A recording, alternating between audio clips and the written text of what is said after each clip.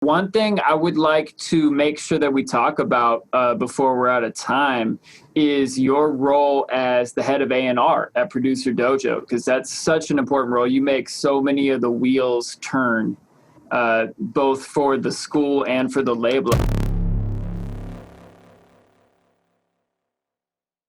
I'd love to hear a little about quickly how you got into that role, and then what it's actually like being an A&R for a label. Yeah. So when I was in my last job, so I worked for this corporation for like 18 years, and they basically let me go. And when they let me go, they gave me like an 18-month runway, which was insane. So like basically saying like, oh, we're going to let you go like 18 months from now, right? So I had time. And I remember like when that happened, I was at Dylan's place and I let him know. I was just like, hey, Dylan, heads up, I'm going to be losing my job 18 months from now. And he's like, oh, so I planted the seed. I just planted the seed with him. And, I said, I'm in, I love the dojo, but I mean, back then it was different. Like there wasn't like now there's so many different job opportunities within the dojo. But back then it was like a dream of his to employ people at the dojo. Right. But like he wasn't there yet. Does that make sense? Like he had all these ideas and he achieved all those ideas. Like he made those ideas reality. But he would speak in those ideas. And that's when I planted the seed. And I said, I love the dojo. If there was ever a job opportunity at the dojo, I'd love to get involved, so that seed got planted and it was always there in his head. And fast forward to when I lost my job 18 months later. And during that whole time, I've made my EP, the Dopamine EP. I started teaching at the dojo. And it was around the time where, Dylan and KJ were playing Lost Lands and I was hanging out at Lost Lands with them. And, it was around that time where he's like, oh yeah, would you be interested in like heading up A&R and all that stuff? And I was like, hell yeah, I'd be happy to. And just kind of, he's like, yeah, I just need somebody he's like, I don't have time to focus on that stuff. I just need someone to just run with it and, just take the ball and run with it and get it done. And cause like, he's on at least back then, he was on a plane like several times a week, going back and forth all over the place, and didn't have the time to focus on all that stuff. So I was like, yeah, I'd love to do that. So I just dove in and started doing it, and have been doing it for a couple years now. And it's changed over time. I mean, now we've ramped it up. Like when I first started, it was like, we would have like one release a month, and now it's like we're shooting for like a cypher and an artist EP every single month.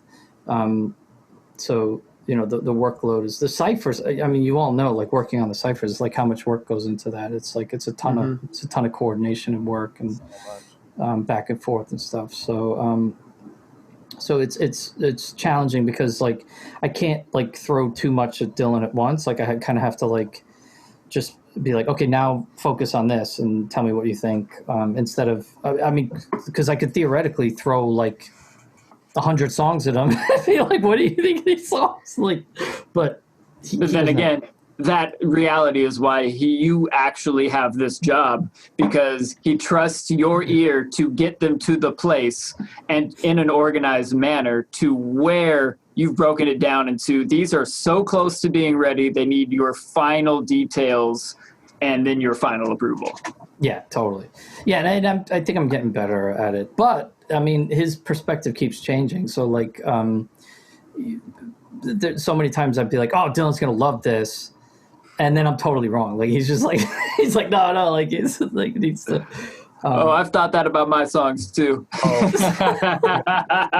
Process of getting an EP out on the label, you're gonna have some songs that you think are the one. They're not the one. You really want them to be, but they're not. Yeah, totally. I have Prepare killing your ego on the way up that ladder, so that by the time you're really getting the nitty gritty feedback on your EP, you're where Sean is, where the feedback rolls right off your back, and you're like, cool, another draft coming up, sir. Yep.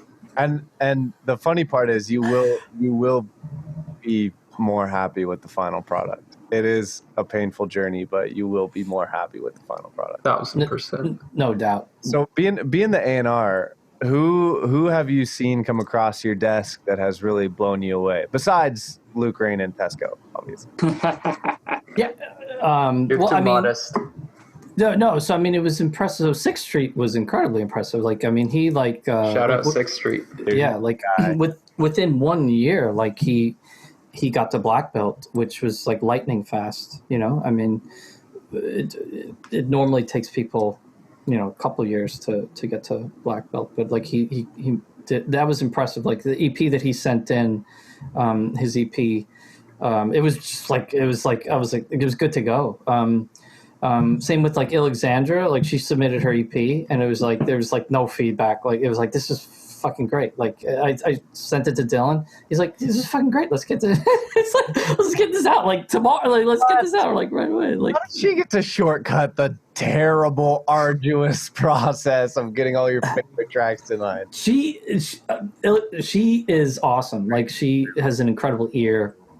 She's really hard on herself. So I mean, you can imagine when she submits something to you, it's like she's already beat herself up like a bajillion times and gotten it to the point where, you know, she's sharing it with you. So it makes sense. Like she did it to herself. Like she didn't need Dylan to do it. Like she's really tough on herself. I did it to myself and Dylan did it to me.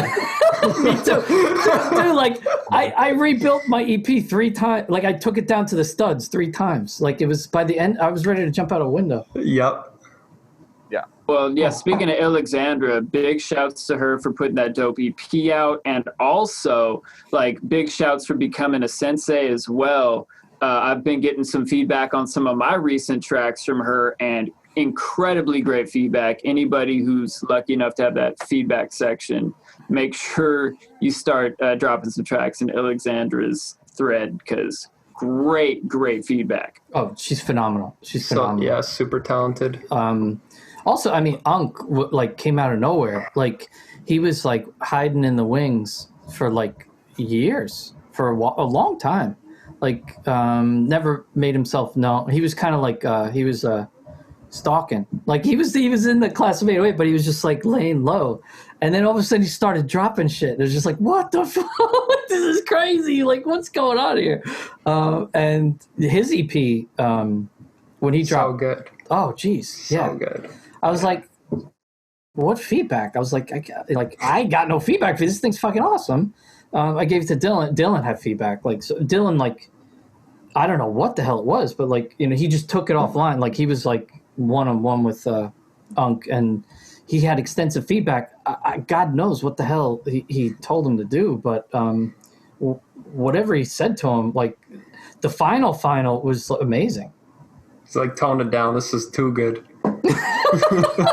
Hey, you're making us look bad, Unk. Yeah, shout out to Unk, man.